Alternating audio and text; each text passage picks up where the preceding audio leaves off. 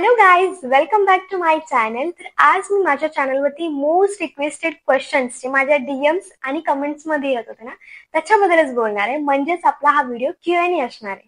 त्यामध्ये मी कोणत्या गोष्टी मेन्शन करणार आहे, म्हणजे माझा फ्लॅटचा रेंट किती आहे जिथे मी आता राहते, त्यानंतर चीपेस्ट एरिया कोणता आहे दुबईमध्ये जिथे तुम्ही घर घेऊ शकता, त्यानंतर तुम्ही जर दुबईमध्ये शिफ्ट होणार असाल तर तुमचा फॅमिली एक्सपेन्सेस किती येतो, किंवा आम्हाला आता सध्या पण किती फॅमिली एक्सपेन्सेस येतोय, त्यानंतर कुठल्या वेबसाईट किंवा ऍपवरती तुम्ही रेंटचे किंवा अपार्टमेंट विला काहीही फाइंड करू शकता. सगळ्यात मेन आणि पहिला क्वेश्चन हाच आहे की तुम्ही एकटे येताय की फॅमिली सोबत येताय. त्यातही दोन प्रकार पडतात की तुम्ही शेअरिंग मध्ये राहणार आहे की इंडिव्हिज्युअल राहणार आहात. एकटंच तुम्ही इथे काम करायला किंवा जॉबला येत आहे तर तुम्ही म्हणजे डेफिनेटली शेअरिंग मध्ये राहू शकता, कारण शेअरिंग हे बेस्ट आहे. कमी पैशांमध्ये 4-5 जण किंवा रूमच्या अकॉर्डिंग तुम्हाला तितके लोक त्या रूम मध्ये असतात आणि जास्त काही प्रॉब्लेम होत नाही आणि कमी एक्सपेन्सेस होतं म्हटलं तुम्हाला आणखीन काय हवं, तुम्ही तेवढेच पैसे जास्त वाचवू शकतात. पण फॅमिली सोबत येत असाल तर तुम्ही स्टुडिओ घेऊ शकता किंवा 1 BHK घेऊ शकता. तसं की फॅमिली येणार म्हटल्यावर ते एक्सपेन्सेस येणारच. सो आय होप की तुमच्यासाठी हा युजफुल व्हिडिओ असणार आहे. माझा फ्लॅट रेंट किती आहे ना हे मी एकदम तुम्हाला शेवटला सांगणार आहे. त्याच्या आधी आपण डिस्कस करूया की चीपेस्ट एरिया कोणता आहे जिथे तुम्हाला कमी पैशामध्ये अपार्टमेंट मिळेल. तर अल नेहदा, अल करामा, भर दुबई, शारजहा असे आहेत. भर दुबई हा खूप मोठा एरिया आहे, तिथे तुम्हाला भरपूर सारे मिळून जातील. त्यामध्ये ही मनकुल किंवा ऊत मेहता आहे ना, हे खूप बेस्ट आहे. त्यानंतर ना आपण कोणत्या ऍप्स वरून फाइंड करू शकतो. डिब्युजल म्हणून एक ऍप आहे आणि बायूट म्हणून आहे. त्यांची वेबसाईट पण आहे आणि ऍप पण आहे. पण मी स्वतः कोणती यूज केली आहे तर ती बायूट आहे. खूप बेस्ट आहे, खूप इझी टू यूज आहे. जसं की मी म्हटलं की बायूट ऍप हा एकदम इझी टू यूज आहे, कारण मी स्वतः यूज केलेला आहे. सोबत मी तुम्हाला सांगते की त्याच्यामध्ये तुम्हाला कोणते कोणते फीचर्स मिळतात. एक तर पहिल्यांदा तुम्ही डाउनलोड करा. मी डायरेक्ट ऍप डाउनलोड केलं, तर वेबसाईट वरनं गेली नव्हती मी. ऍप डाउनलोड केल्यानंतर तुम्ही एंटर करा. ऍप लॉग इन वगैरे करायचं असेल तर ते करा, नसेल तर तुम्ही डायरेक्ट एंटर करा. आणि त्यानंतर तुम्ही मेन म्हणजे तुमची जागा जिथे तुम्हाला घर घ्यायचंय ते डिसाईड करायचंय. त्यानंतर तुम्हाला हाऊस जे आहे ते फर्निचर हवा आहे की नको आहे, 1 BHK 2 BHK. त्यानंतर ना तुम्ही प्राइस रेंज जे आहे ते तुमच्या पद्धतीने लावू शकता, त्यामुळे एकदम इझी होतं. स्टुडिओ हवे असेल तर तशा पद्धतीने पण तुम्ही बघू शकता. मेन म्हणजे तुम्हाला स्विमिंग पूल हवा आहे, जिम हवा आहे की गार्ड्स खाली असतात ना ते हवे आहेत की नको, हे सगळं पण तुम्ही तिथे मेन्शन करू शकता. सोबतच तुम्हाला तर फोटोज पण मिळतात घरातल्याचे, म्हणजे घर कसं आहे हे आतून दाखवतात. आणि फोटोज असल्यामुळे तुम्हाला समजतं, तिथं मेन्शन पण केलेलं असतं किती स्क्वेअर फूट आहे रूम किंवा असं सगळं. तिथं फोटोज पण मेन्शन असल्यामुळे कसं आहे की तुम्हाला सोपं पडते की कशा पद्धतीने आहे तुम्ही इमॅजिन करू शकता. तिथं त्यांचा व्हॉट्सअप नंबर पण दिलेला असतो. त्या व्हॉट्सअप नंबरवरती जर तुम्ही कॉन्टॅक्ट केलं तर ते तुम्हाला व्हिडिओज पण सेंड करतात. म्हणजे काही वर मेन्शन केलेलं असते की ते तुम्हाला व्हिडिओज पण सेंड करतील. तर तुम्ही त्यांच्याकडून व्हिडिओजही मागून घेऊ शकता. काही रेअर केसेसमध्ये काय होतं की तिथं त्यांनी काहीतरी वेगळे फोटोज किंवा व्हिडिओज लावलेले असतात, म्हणजे लॅविश पद्धतीने लावलेले असतात. तर ते आपल्याला जराही वाटले की रिअल नाहीये तर आपण त्यांना लगेच कॉन्टॅक्ट करून रिअल इमेजेस पाठवा किंवा तुम्ही व्हिडिओ कॉल करा असंही म्हणू शकता, जेणेकरून तुमचा टाइम वेस्ट होणार नाहीये. आणि जेव्हा तुम्हाला खरंच वाटेल की हा माझं बघून झालेलं आहे व्यवस्थित, तेव्हा तुम्ही इथे येऊन व्हिजिट करू शकता. जे ट्रस्टेड आहेत ना तेच मोस्टली बघा, जे ट्रस्टेड नाहीये त्यांना थोडंसं सेकंड ऑप्शन मध्ये ठेवा. त्यानंतर मेन म्हणजे तुम्हाला एक सांगते की तुम्ही जर एखादा फ्लॅट बघताय तर ते जर ब्रोकर थ्रू नसलं, डायरेक्ट ओनर थ्रू असेल ना तर तुम्हाला थोडंसं कमी पैशामध्ये मिळतं. पण ब्रोकर थ्रू असेल ना तर काय होतं की त्याचं पण थोडंसं कमिशन असल्यामुळे तुम्हाला थोडंसं जास्त पैसे भरावे लागतात. जास्त पैसे भरावे लागतात म्हणजे असं कळतंय की त्याचं कमिशन ऍड होतं रेंटमध्येच. ओके. आणि मोस्टली ब्रोकर थ्रूच तुम्हाला मिळतं, कारण सगळेजण असे असतात की आपण ब्रोकर थ्रूच देऊया, कारण कोण झंझट करणार आहे की रेंट दिलाय की नाही, किंवा येऊन रूम्स वगैरे दाखवणार. त्यामुळे ओनर ब्रोकरच्या हातातच देतात हे सगळं. असो. त्यानंतरचा क्वेश्चन आपला असा आहे की फॅमिली एक्सपेन्सेस किती येतो. जर तुम्ही दोघंच असाल, हजबंड वाईफ, तर जास्त असं येत नाही. पण लहान मुलं वगैरे असतील तर त्यांचा हॉस्पिटलचा वगैरे खर्च जास्त येतो.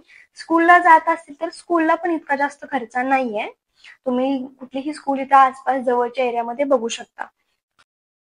तर आता मी तुम्हाला सांगते की एक नॉर्मल ऍव्हरेज फॅमिली एक्सपेन्सेस किती येतो. तर मी एक अंदाज सांगते. पहिला तर तुमचा रेंट आहे ना, रेंट आता तुमच्या ह्याच्यावरती डिपेंडेड आहे की तुम्ही कोणत्या एरियामध्ये येताय किंवा कोणता रूम तुम्ही घेतलेला आहे. त्यामध्ये 500 रुपये तर देवाचं येतं. देवाचं बिल म्हणजे वॉटर आणि इलेक्ट्रिसिटी तुम्ही किती यूज करता त्याचं. त्यानंतर ना एक महिन्याचा जरी म्हणलं तर तुम्हाला 500 दिरम ग्रोसरीला तर लागतातच. ओके, तुमचं जे भाजी वगैरे पाला किंवा साहित्य वगैरे जे आणायचं असतं त्याच्यामध्ये लागतात. जर तुम्ही डब्बा लावणार असेल म्हणजे मेस लावणार असाल तर तुम्हाला एक व्यक्तीला तर कमीत कमी 300 रुपये समथिंग आहे. जर तुम्हाला ऍव्हरेज 2 टाइमचं जेवण जरी खायचं आहे म्हणजे नॉर्मली चांगलं जेवण आपण खातोय तर तुम्हाला 300 रुपये तरी लागतात. असं नाही की इथं बरेच लोक असे आहेत की ते एक एक दिरमचं जेवण खाऊन सुद्धा सर्व्हाइव्ह करतात आणि इथं 1000-2000 दिरमचं जेवण खाऊन पण सर्व्हाइव्ह करतात. तर मॅच ठेवणार असाल तर तुम्हाला एक व्यक्तीला 300 लागतात आणि 2 व्यक्तीला 600च्या आसपास लागतात. आणि जर तुम्ही घरात बनवलं असाल तर तरी पण तेवढेच पैसे जातात, पण जास्त जातात असं म्हणायला हरकत नाही. कारण ग्रोसरीज आपली एवढी जाते, पुन्हा देवा इलेक्ट्रिसिटीचं वॉटर बिल येत आहे आणि पुन्हा गॅसचं बिल पण येत आहे. तर ते सगळं जर जॉईन केलं तर जास्तच बिल जाते म्हणायचं. तुम्ही जर ट्राय करू शकत असाल तर तुम्ही मेस पण लावू शकता कमी पैशांमध्ये. ऍव्हरेज जर बघायला गेलं तर 2 व्यक्तीसाठी ग्रोसरीचे 500 लागणार. त्यानंतर ना जर तुमचं ऑफिस आहे किंवा कुठे तुम्ही काम करताय ते तुमच्या घरापासून जवळ असेल तर तुम्हाला ट्रॅव्हलचं काही पैसे जाणार नाहीये. पण लांब असेल तर तुम्ही नेहमीच मेट्रोने ट्रॅव्हल करा, हे तर मी ऍडवाइस सांगते. आणि टॅक्सीने बिलकुलही प्रवास करायचा नाही, कारण तुम्हाला माहिती आहे की किती एक्सपेन्सिव्ह आहे हे. दुबईमध्ये राहणाऱ्या प्रत्येक व्यक्तीला माहिती आहे की टॅक्सी खूप महाग आहे, खूप महाग आहे. मेट्रोने ट्रॅव्हल करायचंच आहे. आणि जास्त लांब असेल, एक 3-4 किलोमीटर किंवा अशा लांब असेल तर तुम्ही एक ऍव्हरेज पकडा की 400 दिरम तुमचे यायचे जायचे हे वगैरे लागतातच. त्यानंतर ना आता महिनाभर तुम्ही काम केलंय तर तुम्ही थोडा तर वेळ टाइम स्पेंड करणार आहे. संडे सॅटर्डे कधी वाटेल तेव्हा फिरायला जाणार आहे, एन्जॉय करणार आहे. कुठल्याही टुरिस्ट प्लेसवर गेलाय तुम्ही दुबईच्या तर तुम्हाला कमीत कमी 500 दिरम लागतातच. कारण 100-200 रुपयाची फक्त तिकीटच असते एका व्यक्तीची. तर 500 दिरम तिथं फिरण्याचे किंवा खाण्याचे, येऊन जाऊन करण्याचे ह्या सगळ्या गोष्टीचे लागतातच. तसं टोटल बघितलं गेलं तर 2000 दिरम तुम्हाला फक्त रेंट सोडून इथं लागतात दर महिन्याचे. आणि रेंट तुमचा 3000, 4000, 5000 जो काही असेल तो इक्वल करून मग बघा तुम्ही किती होतात. 2000 दिरम तुमचा आउट ऑफ रेंट लागतात. मग 2000 दिरम इंटू 24 करा म्हणजे तुमचे इंडियन रुपीज तुम्हाला विदाउट रेंटची घालवावे लागणार आहे. ऍव्हरेज मी पकडले वर खाली इकडे तिकडे दर महिन्याला होऊ शकतं. तर मेन म्हणजे हे सगळ्या गोष्टी तुमच्यावर डिपेंड आहे की तुम्ही किती जास्त खर्च करता किंवा किती कमी करता, म्हणजे किती वाचवता किंवा किती जास्त खर्च करून टाकता. तर जेवढा जास्त खर्च करणार आहे तेवढा जास्त खर्च होणारच आहे. त्यानंतर ना सगळ्यात मेन क्वेश्चन की माझा फ्लॅट रेंट किती आहे. तर मी तुम्हाला दिरम मध्ये सांगते. तो आता सध्याला 7000 दिरम आहे. 7000 दिरम. दिरम हा दुबईचा पैसा, आपण जसं म्हणतो इंडियाचा रुपीज किंवा पैसे, तसं दुबईचं दिरम म्हटलं जातं 7000. तर 7000 इंटू 24 करा तेव्हा तुम्हाला इंडियन रुपीज मध्ये कळेल की किती आहे. तुम्हाला जर कळालं असेल तर तुम्ही कमेंटमध्ये नक्की सांगा की इंडियन रुपीज मध्ये माझा फ्लॅट रेंट किती येतो. त्याचा आन्सर बरोबर असेल त्याच्या मेसेजला मी लाईक करेन. Okay, hope so. मला वाटतं की तुमचे सगळे क्वेश्चन्स इथं क्लिअर झाले असतील. मला नाही वाटत आहे की या व्यतिरिक्त कोणते क्वेश्चन्स राहिले असतील. फॅमिली एक्सपेन्सेस मध्ये पण आमचं हेच एक्सपेन्सेस येतं, फक्त ट्रॅव्हलिंगचं जात नाही कारण आम्ही आमच्या शॉप पासून खूप जवळ राहतो. 1 किलोमीटर मध्ये पण नाही येते, कमीच येत असेल. सो त्यामुळे आमचं ट्रॅव्हलचं तरी लागत नाही. दुसरं सगळं आम्हाला 1500 दिरम तरी आम्हाला लागतातच फॅमिली एक्सपेन्सेस रेंट सोडून. जर रेंट घेऊन जर बघितलं तर एक 9000 दिरमच्या आसपास तरी जातच आम्हाला. तर पहिल्यांदाच मी कॅमेरा समोर बोलतेय तर माझं काही चुकलं असेल तर मला माफ करा. आणि थोडीशी मी बोलायला चुकते पण, but I will try my best. तर कसा वाटला व्हिडिओ हे मला कमेंटमध्ये नक्की सांगा. आणि अजून पण तुम्हाला काही क्वेश्चन्स असतील तर तुम्ही मला कमेंटमध्ये विचारा, मी तुम्हाला एकतर आन्सर देईल किंवा आपण ते एक नेक्स्ट Q&A मध्ये डिस्कशन करू. मला असं वाटतं की तुमचे सगळे क्वेश्चनचे आन्सर क्लिअर झाले असतील. आता मी जिथे राहते तो देहरामध्ये गोल्डसुखा एरिया येतो. गोल्डसुखा एरिया खूप जास्त महाग आहे कारण हे थोडंसं जास्त लॅविश स्टँडर्ड आहे. आणि इथं म्हणजे मेन आपलं गोल्डचं बाजार असल्यामुळे हा पूर्ण एरिया असा खूप महाग आहे. तुम्ही जर मनकुल किंवा उर मेहता सारख्या एरियामध्ये शारजामध्ये वगैरे बघितलं तर तुम्हाला रूम्स थोडे लॅविश कमी पण मिळणार आहे, स्टँडर्ड कमी मिळणार आहे, म्हणजे आपले इंडियन असतात तसंच, पण त्याचे कमी पैशामध्ये मिळणार आहे कारण तो एरिया इतका पण असा स्टँडर्ड नसतोय.